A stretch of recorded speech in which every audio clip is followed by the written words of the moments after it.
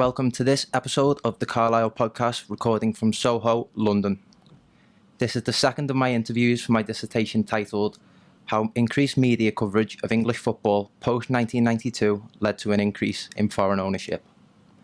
Now, I am very fortunate to be sitting across from a man who studied European football broadcasting rights in his master's degree and has worked with owners and other figures in the football industry as a sports lawyer at Sheridan Law. He is an author of the book Done Deal, which I have used religiously as part of my dissertation, and he also hosts the Done Deal football podcast. He is additionally the chairman of FootballAid and the founder of charity fashion brand 13. So, Daniel, I know you've been very busy these last couple of weeks with media appearances, so I really appreciate the time. It's a pleasure, pal. Look, it's brilliant that you're doing this type of stuff. Firstly, well done for all of that. It's a brilliant initiative all around. And generally, the way that we all communicate, you got in touch with me from Twitter, I think, in the first place. We organised it. Sorry, it took a bit longer than usual, but it's great that so many people will be able to hear this chat. Definitely. One of the things you said right at the beginning was the digital world that we live in now. How great it is we can have a chat and then it can be broadcast. I was going to say, because obviously with me being at UCFB, I'm trying to get into the footballing industry. Looking at someone like yourself and reading about in the portfolio, what that infers to me is someone who it feels like there's a certain degree of creativity to what you've managed to do. Feel free to plug 13 because I feel like that's a fantastic initiative. Thanks. Just delve into how you've let your creative endeavour run wild in such an industry that's pretty rigid, as it seems. Yeah, there's tons of different stuff, to be fair, to have a think about. And I think the truth is that even right from the beginning, I wasn't really a traditional lawyer.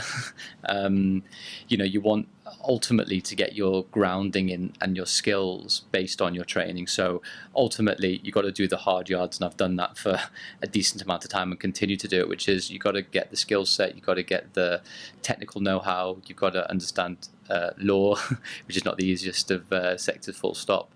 But after that, I always felt that I was lucky enough to have some great advice from really good mentors right from the beginning, even when I was doing my dissertation in football broadcasting. And then there were lots of things which happened at different times. I don't want to be just the stereotypical lawyer that sits behind his desk for 10, 12 hours a day, just because, I think I'd go a little bit stir crazy, but also because I think my value to our sports team at Sheridans and the wider team is, a business development angle to a degree. In truth, I'm still a bit of a geek. I want to do the work. Yeah. But actually, I love going out, chatting to people, building relationships, driving, trust in, and getting people to understand why we can do a really good job for them. And then all of those type of things spring from that concept, which is how do I get people to understand what I can help them with, and that can be in lots of different spheres. And one way, over the last 5-10 years, content is king if it's done in the right way. It starts with Twitter. Whenever I started on there, almost probably 7 or 8 years ago now, I think, which was great, and I managed to get a good handle at the time. And then, Instagram develops, video content develops, to the extent that now I'm evolving from Twitter to Insta to LinkedIn to TikTok even now. TikTok, I've seen you on the TikTok scene. Yeah. So it's been quite a cool digital journey, is the truth. And my actual issue is I'm always concerned about what's next. What's next will I be missing out on in a way, or what's next will I not be able to do. So, it's an interesting balancing act. But ultimately, my number one principle, primary focus, the thing that I'm funneling into all of my social, all the book, all the social media, all the charity, all of the other stuff, the fashion stuff, is for people to have an additional touch point with me, Daniel, the lawyer, that can help them with their legal services, basically. And I know you mentioned there that I reached out to you from Twitter, but I feel like it is worthwhile just making note of how I did come across you. Obviously, you did a guest speaker at the Etihad Stadium, UCFB Etihad campus, promoting the Done Deal book. Was that with Geey, I think, as well, wasn't it? I think it was, yeah. I think it was. And interestingly enough, and I think it was quite crucial for me at the time, was you mentioned that obviously because you're so inundated with things to do constantly on your phone, and I think something interesting that I took away from that as well was the fact that you said most of your work's done on WhatsApp. Can be. As I know from launching my own podcast, the screen time can be pretty monotonous at times. And you mentioned sometimes that you fall out of love with the games. And I put my hand up and asked, what do you do? Particularly when you're falling out of love with football. And, you know, given this season and last season, I'm not adverse to admitting I'm an Evertonian, and I know you're a Liverpudlian, but this last 2 years, considering just how good Liverpool have been, I attribute it all down to Jurgen Klopp, and I would say this is probably, if not your best team ever, certainly the best team for me since around the late noughties when you had Torres, Alonso and Gerrard. So I mentioned to you, you know, what do you do to get back in love with what you do? And you said, just remember why you love it. Yeah. So during this period where I've been inundated with work, obviously dissertation assignments, I've made a little habit of tweeting out my favourite goals just from, you know, from my childhood up until now. And I feel like just even if it's setting aside 10, 15 minutes of looking into, right, okay, look at this goal that Ronaldinho scored in 2006, it really does trigger. I love that 2006 is your childhood. Yeah, prime Ronaldinho is my favourite player of all time. So you really sort of, you know, lit that spark, to be fair. And something else that you've also mentioned, which I think attributes to why you're so on top of your digital media, is you mentioned you get a fair share of inspiration from Gary Vee. Funnily enough, one of his agencies, I'm in contention for a content role there. Brilliant. Based in Manhattan, so watch this space for that one. But I think that speaks levels of where you get inspiration from, like from in the digital climate, and obviously football being so secretive, being able to get yourself out there. I was listening to one of your recent podcasts in Brooklyn, was it, where you said essentially now you feel like you're a salesman, and I think that makes complete sense in this climate of self-promotion almost. Yeah, it's true. And also just a bit there, sorry to cut in, is you know, football can be quite an insular world, and one of the things that I learned a lot from Dr. Eric Sogut, who I do a lot of the seminars with, we do quite a lot of podcasts and other things together, is, you know, sharing's a strength, not a weakness. A lot of the time what you want to be able to demonstrate is, you know, your knowledge and help other people understand what maybe was difficult for you to understand 10 or 15 years ago, as I was when I was trying to break into the industry. So as a general point, we're always of the view, and it's one of my favorite things to do, is just to lecture and teach, and to firstly just try and dispel a bit of knowledge, but also actually the thing that people wanting to get into the industry sometimes forget is that I'm relatively, everything's relative, time poor, that I've got a lot on. Students generally and people breaking the industry usually got more time on their hands, which means on the whole they can think about things, and particular siloed, narrow things, in quite a lot more detail.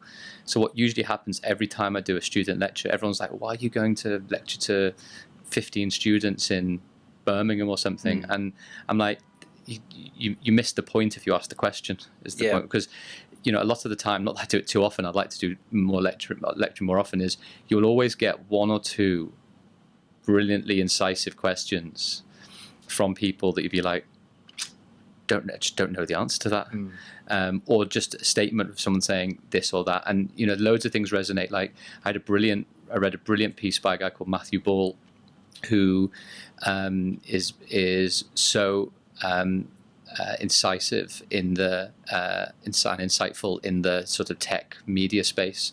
And he made a comment about this thing, to his idea of the attention economy, which is everybody's losing attention span. Well, that's at least the media narrative to a degree, and he thinks actually that's not the case. But more importantly than that, he was actually saying that, you know, everyone going, you know, Apple TV is a competitor of Netflix, and Netflix is a competitor of BBC. And he was like, my view is that Fortnite's the biggest competitor of Netflix. And it just, those type of really nice, interesting, insightful comments spark loads of different ideas. And going back to the point that you just said 10 minutes ago is, yeah, that creativity is really important for me, that sort of idea-led stuff where you can put stuff out there, you can do things, you can say things that hopefully spark interest, comment, wider debate. You're not going to get everything right all the time, and there's always going to be a few people that want to suggest otherwise. But on the whole, it's quite a liberating process. Definitely. I know I mentioned some of my favourites, and just to quickly fire through them as it's just verbatim on the podcast before getting into my dissertation material. What's the best game that you've ever been to? See, can we go, before we start that, I just want to mention one thing because it could spark me off something otherwise. Okay. And I could be completely wrong with this, but, you know, you and Evertonian and me are Liverpoolian in London speaking about football was great. And obviously to a lot of Evertonians that might be listening to this, it's not the easiest thing to have Liverpool on top and doing brilliantly like we're doing at the moment. But harking back to the slightly better good old days of the 70s and 80s where, you know, Liverpool and Everton to a degree were competitors and we're more or less looking for trophies together. The sort of friendly derby and the sort of Merseyside solidarity is sort of, you know, waned massively, if that's an understatement. And, you know, I'm a big fan of. I don't go home enough. I don't go to back to Liverpool enough. Obviously, I was born there, but I'm a big proponent of sort of solidarity of the city. And I sometimes think that I could be completely wrong and miss the mood. That sometimes us Scousers need to stick a little bit closer together. It sometimes happens on things like Hillsborough and other very, very poignant things. But I'm like, how great would Scouse power be? You know, just as a general thing. I know there's tons of stuff to do with Everton quite rightly feeling hard done by with everything from Heysel and the ban afterwards and everything that goes on from that. But I'm like, you know, Liverpool's one of the best cities in the world for me.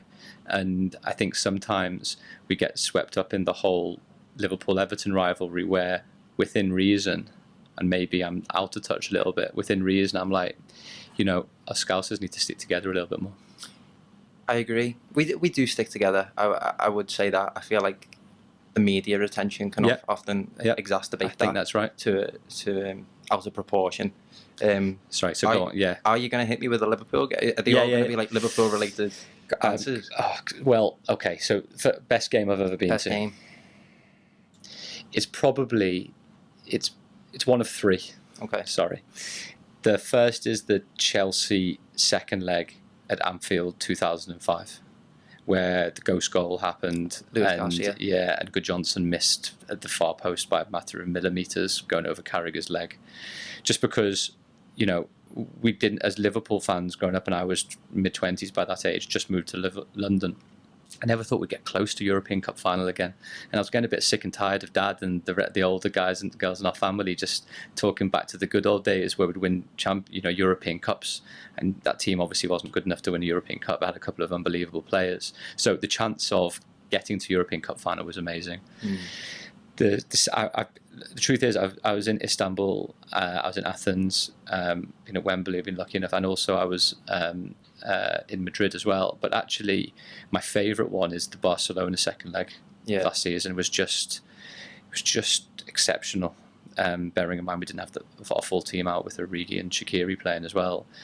And the third, in all truth, probably hasn't quite happened yet. It'll be that game where, please God, we win the league this season, because that's just the ultimate. I think everyone's going on about, can we go the season unbeaten? Can we do this and that? I just think the outpouring of relief for that first time, hopefully in 30 years, for us to be top of the league come the end of the season is going to be, it's going to be quite a special one, I think. Yeah, I'll try and get out of the country for that one. Who's the best player that you've ever seen play live? I'm doing this in threes. Okay. For about an 18-month spell, I've never seen anyone play as well as Suarez at Liverpool. Yeah. Like, he's obviously got a lot of issues. But it just in terms of sporting performance, I've never seen anything like that. Over a longer period, obviously Gerrard. I unfortunately was only just at the end of seeing John Barnes play and Beardsley, who are, by my dad's accounts, like exceptional. But the best is Messi. I've seen Messi live 3 times. Once at the Camp Nou, and then a couple of times I think he's played at Anfield now. He didn't even have his best of games most recently at Anfield, but you know, it's just something to behold. Yeah, mine would be a toss-up between Messi and Ronaldinho. Your favourite goal? And you're not allowed to say Origi in the derby.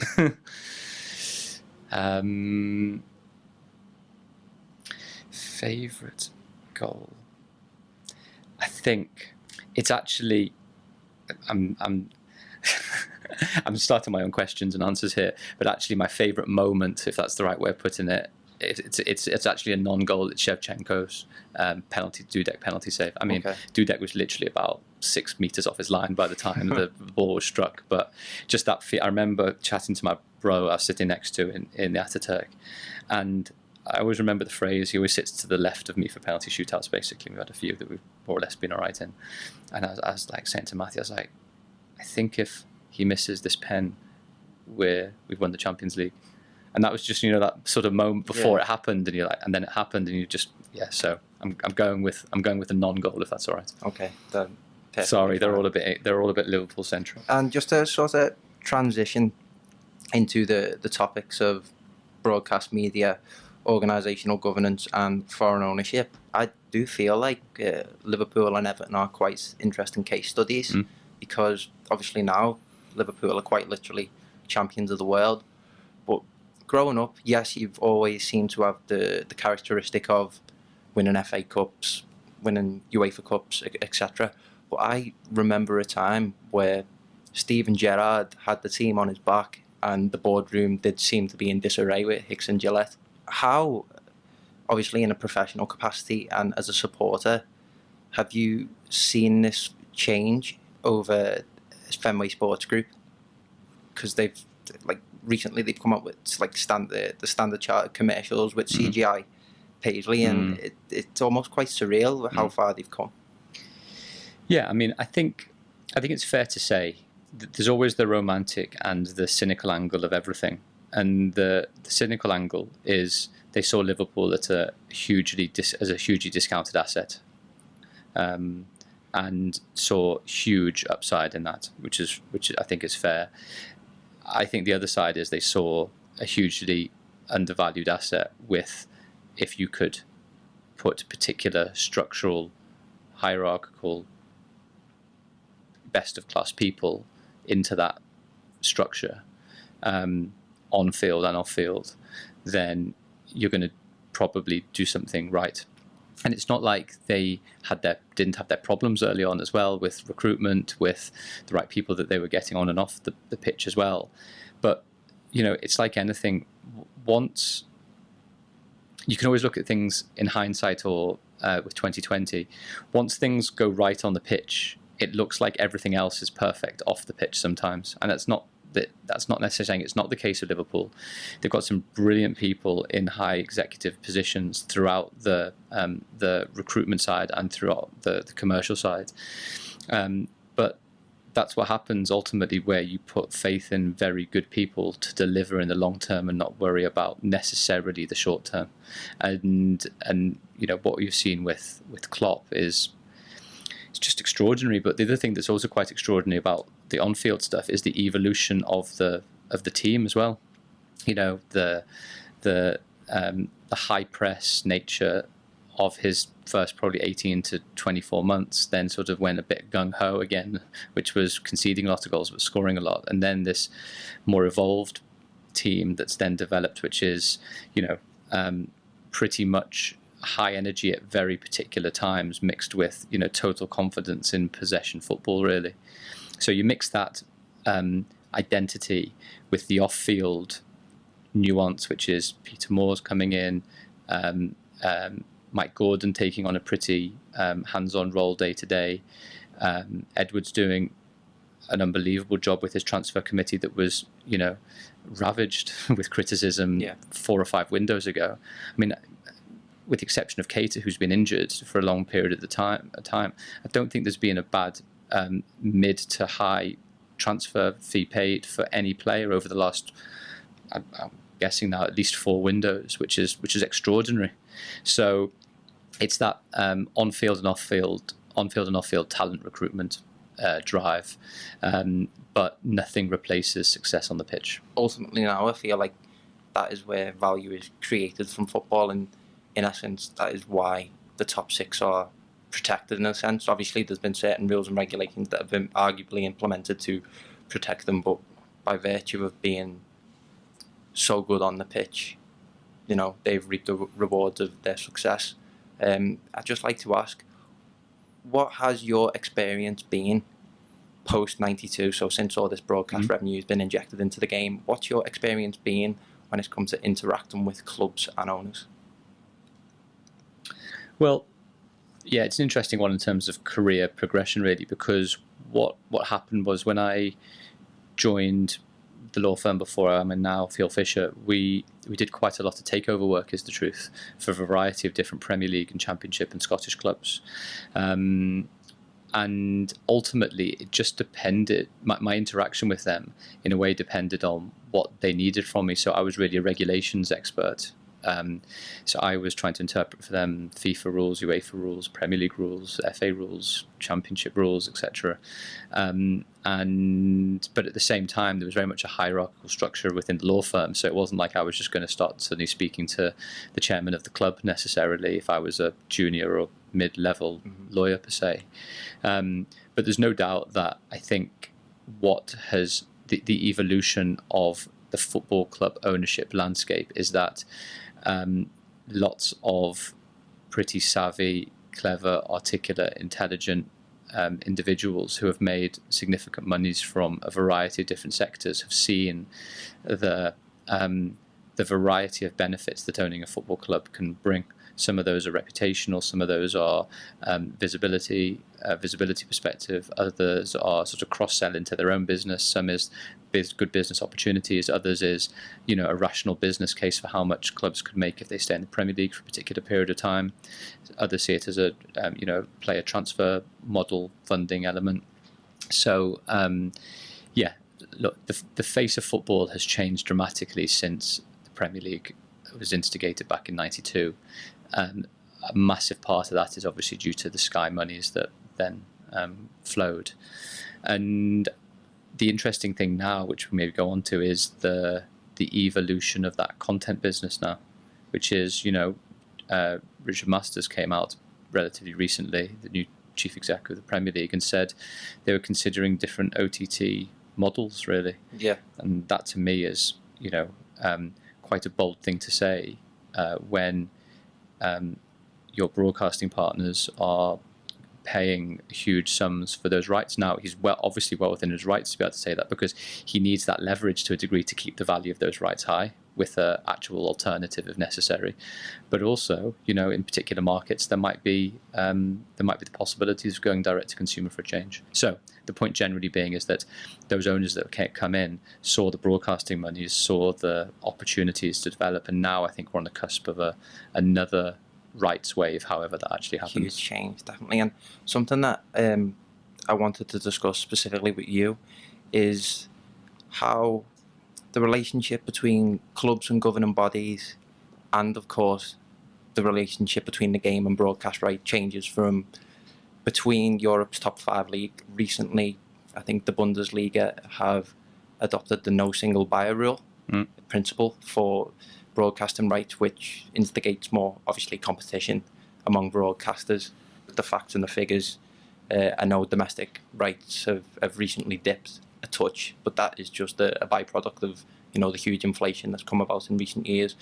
Foreign rights seem to just be continually increasing in the Premier League. How's that landscape in other cultures? Other cultures, you mean just in terms of other sports or within football generally? Within football generally. Well, if going back to your first point, I think one of the things that I actually wrote in my broadcasting dissertation back in 2002, 2003, was that I wasn't sure whether the way that the European Commission had said, in the same way that there was no one buyer rule or one buyer principle for Premier League rights, was actually beneficial for competition, because I thought that if then these exclusive rights are being divvied up to different broadcasters, then the problem for the consumer is you have to have 2 or 3 different subscriptions. The one point of origin, one point of sale for one point of sale, effectively one origin element, is quite useful for an economies of scale perspective. But the other point, I think, generally is, football is dependent on the monies that it generates. It's a very straightforward thing to say, I guess, but ultimately, the Premier League works effectively in 3-year cycles. So if we're in a position in another year or so's time and one broadcaster decides that it's not going to be able to afford the types of monies that it's been paying for particular rights inside or outside the UK, but especially in the UK, then there's the potential for quite a possible shortfall. And what does that mean? That means clubs can't invest as much, can't buy the best players, can't afford the biggest wages. We saw over the summer, for example, Italy lowering its tax rate for particular players, for example, to try and encourage them to come to the country. So, and again, there's another level to all of this. So I'm going off in slightly different directions, but which is the Super League idea. Of course. So one of the major concerns I heard the Juventus chairman speak some time ago about, how the Champions League needs to be reformed, about their potential proposals for a Super League, which effectively was a quasi-closed shop, so there wouldn't necessarily be that qualification for competition each year. And in a way, that is, supposedly some people argue, because the Premier League in the end has such a competitive advantage over broadcasting rights monies, and in order to try and equalise the playing field to a degree, even other top four leagues need to be able to try and finance that gap. Definitely, and the discrepancy between Serie A, La Liga, the French First Division, in terms of that revenue that's generated from broadcasting rights in comparison to the Premier League, it is huge. A fact that I found out recently, which was pretty eye-opening. It was from the 17-18 season that I think West Brom finished bottom, and still only Barcelona, Real Madrid, Atletico and Sevilla and more, which is pretty surreal almost when you think of the cultural size of those clubs. Just to focus on the owner infrastructure of foreign clubs themselves, because that's also a comparison that I'm making from Premier League clubs. I know obviously in play in Germany is the 50+1 rule, so commercial organisations can't be involved in owning over 50% unless you've been involved for 20 plus years. I can't say off the top of my head, and I'm hoping you could help me out with this, what the score is in Spain with like Barcelona and Real Madrid, because the presidential positions are always kind of highly contested and quite a public affair. Yeah, so I actually wrote a piece with a Spanish lawyer, I think maybe it might have even been over 10 years ago actually, on Spanish ownership models and comparing them with the UK principles. And there are a number of Spanish clubs that are effectively member organisations.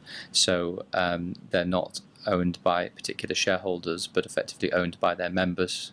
And each year, fans and members pay a membership fee.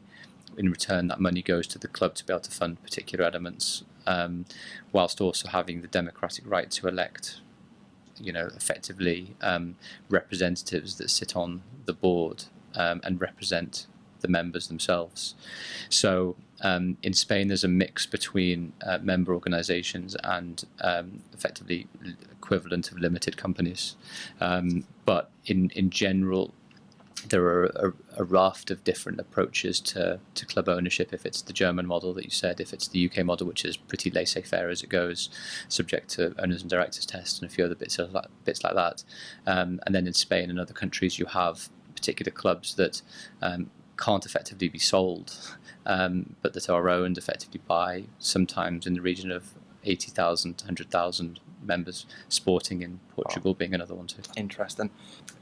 That idea of a Super League, because in terms of future projections, it certainly seems like something that the likes of Juventus, Real Madrid are rallying for to obviously make up the mismatch in broadcast revenues. I know a lot of English football fans aren't too keen on the idea, and I suppose this almost, you need to take into considerations sport and competition and how that is affected. As I mentioned earlier, the monopoly of the top six is becoming quite apparent in England.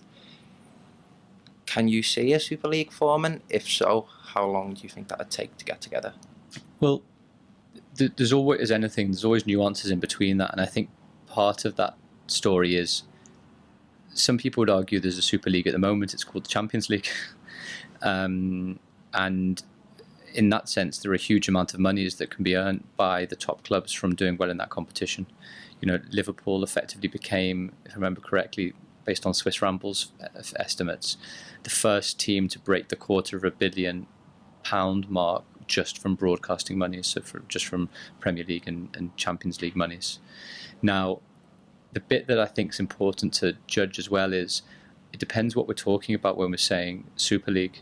Are we saying that it's just the Champions League with some minor changes, or are we saying it's a breakaway from UEFA? So that's the first important thing. The second thing there is that what then becomes the sporting framework? Does it become a closed league where it's impossible to qualify into that competition?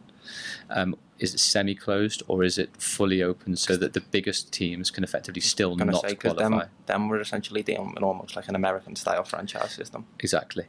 And then the question becomes on encroachment, fixture encroachment. That's the next one, which is, are we then saying that the Super League or the Champions League is actually encroaching more into the domestic season? Is it that we would see Saturday and weekend games in the Champions League? Next question there. And I think then the last one and most important is, are we also suggesting, which I don't think many people are, that then the domestic leagues pay second fiddle to the Champions League competition or the breakaway itself? Because just as we talked on the outset about the sanctity of Liverpool-Everton derbies, of Liverpool playing United, of Everton playing against us, and other local rivalries being very important, I don't think, I could be completely wrong again, that there is the same type of appetite for national or fans of a particular team to play every other star team across the continent on a weekly basis. I'd agree with that sentiment, but is it something that those in ownership positions and shareholders rally for? The truth is, I don't know. That is the truth. But again, the nuance of all of that is there are so many stakeholders in the mix. There's the league, there's the players' union, there's the collective leagues, there's the international, there's then obviously FIFA and UEFA calendars. There are so many. There's the ECA obviously as well. I'm sure I've probably missed out a few as well. But what I mean is that there are so many conflicting organisations that have particular positions to take, that these things can't be dealt with in short order. It takes consultation, it takes lobbying, it takes politicking at the micro level, which would be the individual club level, right up to the macro level, which is all of these different institutions coming together to try and work out how things work. We've heard that there's going to be a FIFA club tournament in the summer coming from quite soon. We've heard that UEFA maybe want to do more club competition related matters as well. We've heard that there might be more Champions League games at the weekend. There's a finite number of fixture window blocks, and when you say, well, does this mean that that because clubs want it, that it actually then happens, or rather some clubs want it, does it mean it happen? Usually these clubs are having to plan 4 to 6 years in advance for particular measures and particular structures then to be put into place. To make those sorts of projections would be pretty hard to do so, given how much can happen in such a short space of time. You touched on it earlier, and something that I would like to get into in my dissertation is governing bodies and the extent that they do in terms of handling owners and directors and so much and so forth. What are the key changes between the fit and proper persons test and the owners and directors test? Well, the most superficial is the name, but effectively there have been iterations of the ODT over the last particular period of time. In summary, usually what this means is that, and I've done more on the Premier League side than the EFL side lately, to be fair. It's the only reason why I know more about those regs, but they're broadly similar. The basis is it's a barrier to stop criminals or individuals with unspent convictions being allowed to be able to own a an English team, and that usually involves ensuring that individuals haven't been disqualified from being a director, haven't been involved in insolvency or bankruptcy events. But then they broadened it a little bit to ensuring that any individual didn't commit a crime like one that would have been convicted in the UK, for example, or hadn't been banned from any type of particular a regulatory body hadn't necessarily banned them from their sphere of influence. So, for example, if the SRA banned me as being a solicitor, please God, it would never happen, then I wouldn't be able to be an owner of a football club. So there are loads of quite, at the moment, objective criteria, which is you can't be a bankrupt, you can't have had a company that's been insolvent for a couple of times, you can't if you are disqualified as director. So there's a variety of objective tests. The question, to a degree, is whether that objectivity should be substituted or supplemented with a subjective test, i.e., are you the right type of person that should be coming into the game and owning a particular club? Okay. The question with that is that then you then have to have a body making quite a subjective decision.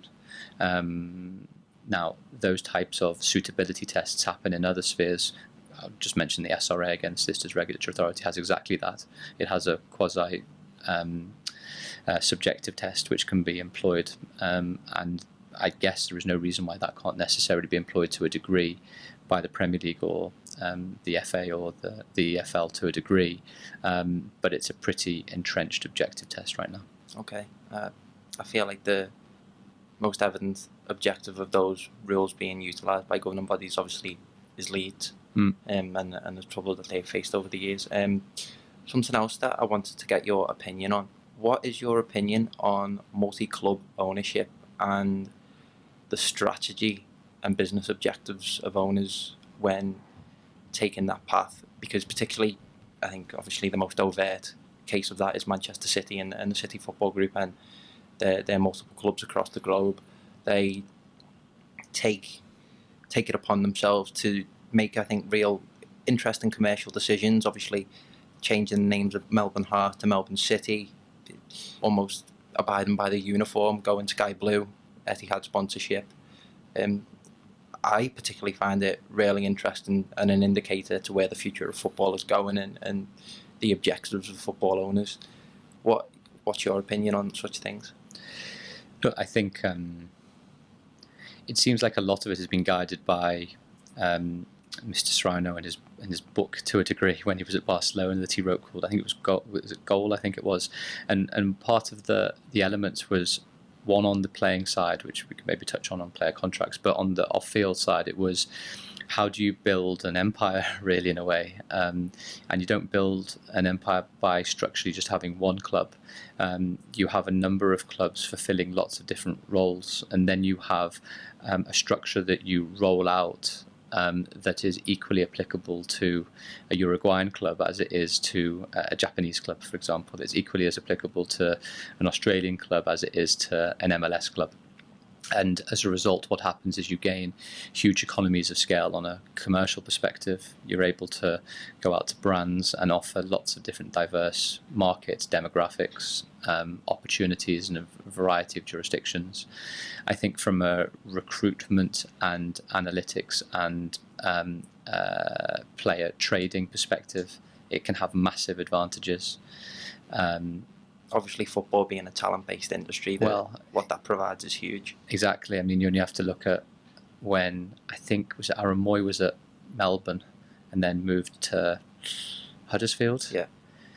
You know, I don't know the exact figures of what City Group bought Melbourne for, but I'm pretty sure it was probably less than the transfer fee that Melbourne received for the player.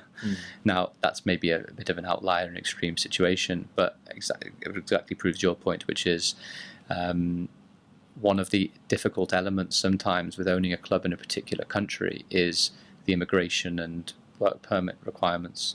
And by, for example, having a variety of different clubs and cities, I guess city groups, overarching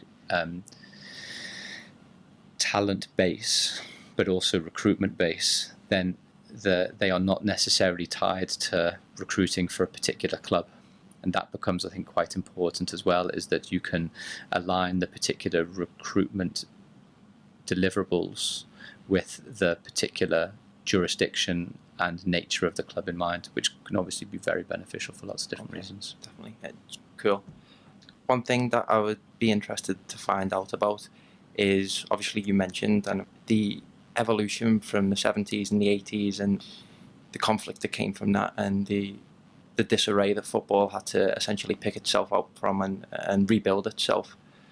How has the relationship between clubs and governing bodies changed from that time? Because something that I've come across often when researching on the Premier League is essentially with each 20 clubs as a shareholder, it is quite laissez-faire in its jurisdiction. The clubs have a vote on decisions, etc., which isn't necessarily the case in other leagues.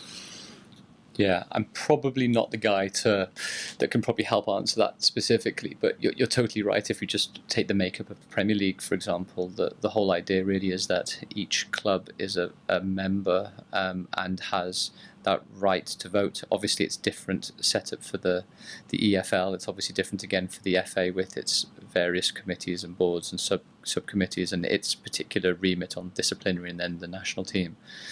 But, I think you can see the evolution of the Premier League in lots of different stages as well. You talk about it being laissez-faire, and before Portsmouth went into administration, for a long time, the Premier League were pretty anti-FFP. They were saying, well, UEFA can do whatever they want to do, it's up to them. But we think our model is fine as it is right now. Then that happens, then you become reactive in a way, which is actually we probably need to do something to safeguard the viability of our clubs, the sanctity of the league and the league product, etc. And things evolve based on time and circumstance. The same with Tevez and Mascherano. Then you have to regulate third-party ownership and investment-related matters, something that FIFA has looked at that relatively recently as well. So a lot of the time, at least, even specifically on Premier League-related matters where it is a member organisation and members voting for particular things, even take the closing early of the transfer window, and that obviously going back to the end of August. All of these things come in peaks and troughs to a degree, but ultimately those votes can only happen with the consent of those member organisations. Yeah, and you mentioned the viability of football clubs, which is also a contemporary issue that reared its head as of late, given the situation at Bury and what happened at Bolton. I think I read correctly in your book that the vast majority of Premier League clubs in particular, probably as a consequence of FFP, are now profit-making. Yep. They, book the trend of losing money constantly. Do you feel like that is something that can be reverberated down the leagues, or particularly when you look at the EFL and the Championship, it's so competitive, be it with that playoff final being the most expensive game in football? Yeah.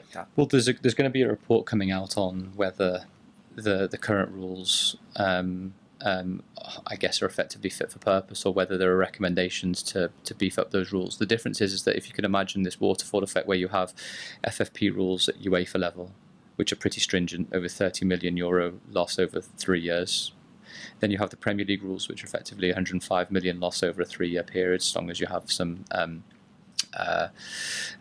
owner bonds particularly put in, or guarantees. And then at the lower league Championship level, then you're allowed effectively a £39 million loss over a 3-year rolling period as well, £13 million a season. But after that Championship level, it's a lot less rigorous. And that in my mind, and has probably been the case for a while, has been the potential problem for Bury, for Bolton, for others.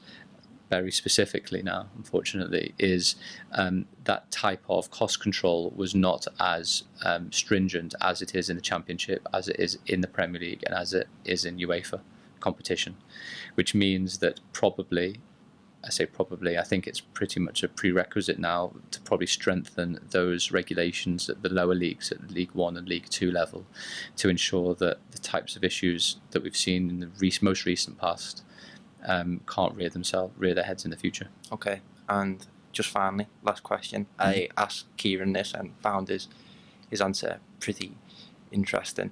No pressure, though. Obviously, the rumblings of the Premier League going into their own OTT service. I think this is obviously prompted by Amazon coming into the market. They have their own production company, don't they? Premier League Productions, and I believe IMG that help with that side of things. Do you believe that they're going to go to a subscription model and basically be in control of their own content? Well, they're already in control of some of their content anyway, is the truth. But in control of the premium product, which is the live broadcast. I don't see things changing hugely in the short to medium term, especially for the larger markets, really. Again, I might be proved wrong with this, but I think what will most likely happen, and it was sort of intimated by Richard Masters as well, is that if they see particular opportunities for certain territories and geographies to go direct to market, then maybe that might be a very good testing place to be able to do exactly that. But in the short to medium term, do I see them shooting the goose that lays the golden egg? I think it's pretty unlikely. The only difference, I guess, might be if those bids, when they come or otherwise, aren't as lucrative or as attractive as they once were, and then that still gives the Premier League the best part of a year and a half to decide whether to accept the bid, I guess, or go it alone. Okay, brilliant.